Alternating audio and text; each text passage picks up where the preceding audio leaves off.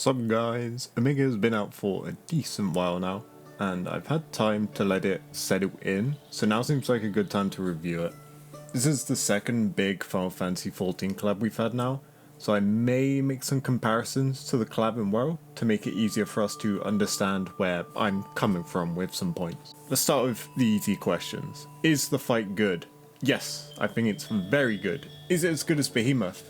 I think it is more accessible than Behemoth, and because of that, some people, depending on who you are, may think that it has better design because of that, which I think is a fair argument. Let's talk about that later though. Now some people may be thinking, how on earth is this fight accessible, or more accessible than Behemoth?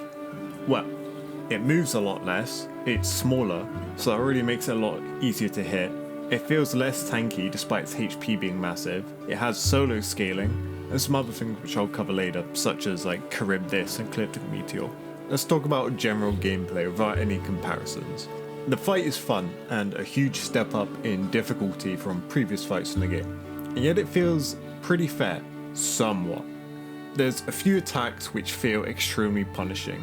One of these attacks is MRV Missile. I'm sure this has killed some of you a fair few times. If you weren't aware, Omega spams 6 missiles which hit everyone at a very fast rate. The way to counter this is to have a tank with aggro and block it or dodge it, because then only they get targeted. Or you can just sprint out of it before getting hit. The secret can also save you if you get hit, but it feels very unreliable, like sometimes it just runs back in and kills you. This is a one attack which I think is genuinely unfair at times. Others are debatable. He can combo you very hard. Now, there is a clear core gameplay element that is in this fight, and if you've played 14, you'll know what it is. Bring a tank, healer, DPS, and then whatever fill.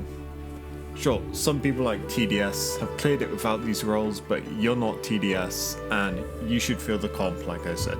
The key one being a tank.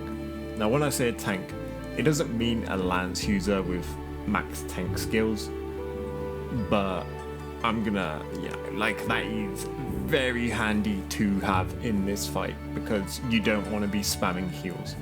But it specifically means someone who gets aggro and then survives while trying not to move Omega around too much. Because I will tell you right now, this fight is 20 times easier for everyone else if someone is tanking, and then you have a healer keeping them alive. I quite like this. It changes up the fight design to something that is obviously there for crossover, but yet it feels fun to do. Now we've talked about MRV Missile, but what about the rest of the kit? I'll include normal and savage here. Rocket Punch, very common move it casts. Giant Fists spawn and fly towards you. You can hit or guard them or whatever, just dodge them. And then they go. It usually combos with something else to be more annoying. It's killed me like once or twice and it was kind of stupid. It has a fire AoE or a frost AoE in Savage, which without guard it can be rather annoying to handle. And if it's the frost AoE, Omega will tend to follow up with like a dash or something if you get frozen. The dash is cool because you can guard counter or offset it. It's probably one of my favourite parts about the fight. There's this really annoying beam and fire attack it does, which is basically either a cross of either, usually 1 to 3 times back to back. It kills me quite a lot because it doesn't ground you a lot, so you just kind of get up and die. These attacks feel somewhat fair though.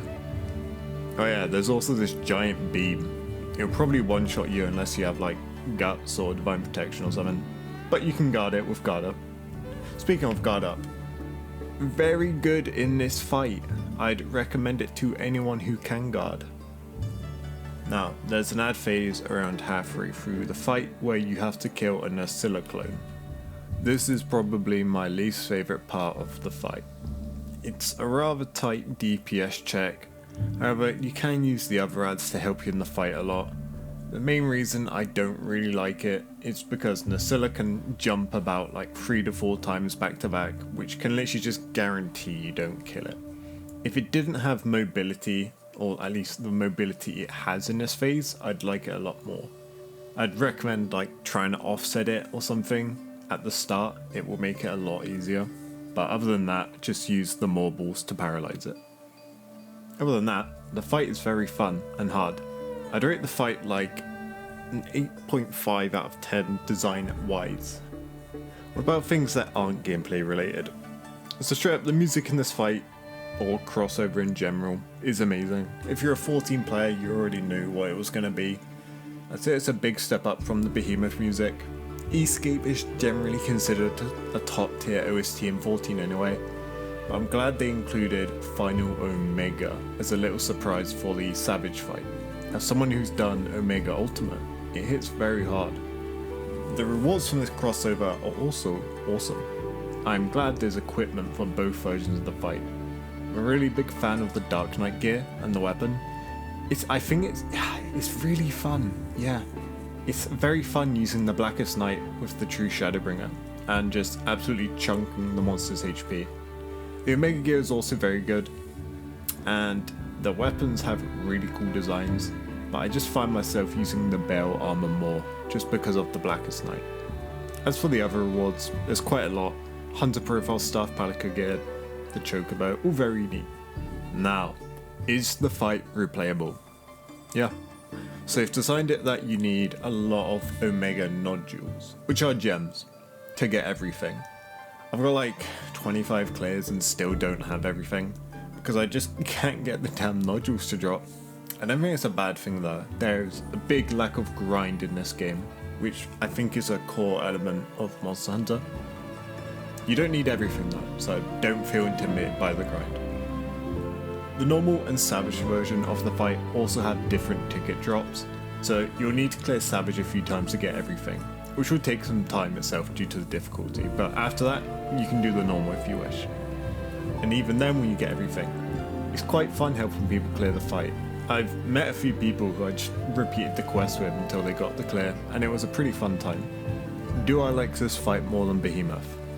I'm kind of biased to Behemoth due to like its design. I think it looks way cooler, it's way more intimidating, and it fits in the world a lot more than Omega, even though it is a crossover. I said at the start that Omega feels a lot more accessible than Behemoth. This could be due to Wild's combat design, but I don't think that's the entire reason. If you were to ask me, I still personally prefer Behemoth for multiple reasons. Like, one, I'm a masochist. Two, I like how position reliant Behemoth is, with stuff like Charybdis and Ecliptic Meteor. You need to know how to move, where to position yourself and other mechs. It's nice. I also like the small things, like how you can Dragoon jump to dodge the Ecliptic Meteor. And I like how Behemoth can choose different paths for the fight, instead of one path all the time. You could argue Omega is better designed, because the fight is more fluid, more recoverable. However, I've always been a fan of fights that force you to think on your feet and position correctly. From what I'm aware of, a lot of people don't really like Behemoth, so I guess I'm alone here, and take that as you will. A big upside of Omega is solo scaling.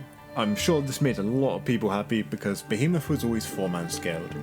Now, I personally haven't had much motivation to solo it. I did the normal solo once, but I think Savage is way more fun, helping people clear, even if it is a rare occasion to clear. But that makes it all the better when it actually happens. I know there's people who have terrible internet connection, or maybe they got some form of anxiety or something, so I bet they'll love the solo scaling, which is good for them. Is there any negatives about this crossover and fight? It does feel like there's times where you generally just can't survive without a healer, or just survive in general. Now I know I said that it may be by design, but it's still frustrating, especially if you're playing in solo. If you're a Giga gamer, you probably won't feel this, but for the average gamer I think you will. As I said, MRV is a bit unfair if you haven't got a tank, and then the Nasilla ad phase is just kind of unfun, but that's probably subjective. This is more of a meta social construct negative, but every quest being on manual select because of players using support hunters or just not wanting people to go and die in the quest is very annoying. This isn't me disrespecting the fact that people want to use support hunters because they can carry the quest. This is more of a disrespect on how they designed the whole support hunter system. Why can't you have it and not pop up on the SOS flag? Why can't it be a separate system?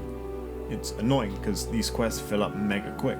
and it feels like I'm refreshing the SOS more than usual for this fight because of it. I'm just seeing these manual select quests while scrolling through, only for the first auto join quest to already be filled up. But yeah, other than that, I don't really think there's much more negatives about it. I think this fight has brought a lot of people together to beat it, which feels like it was lacking in this game due to how easy everything used to be. 9-star has just been really good for this game. I'm curious to see if there's going to be any more big collabs, but I don't think there will.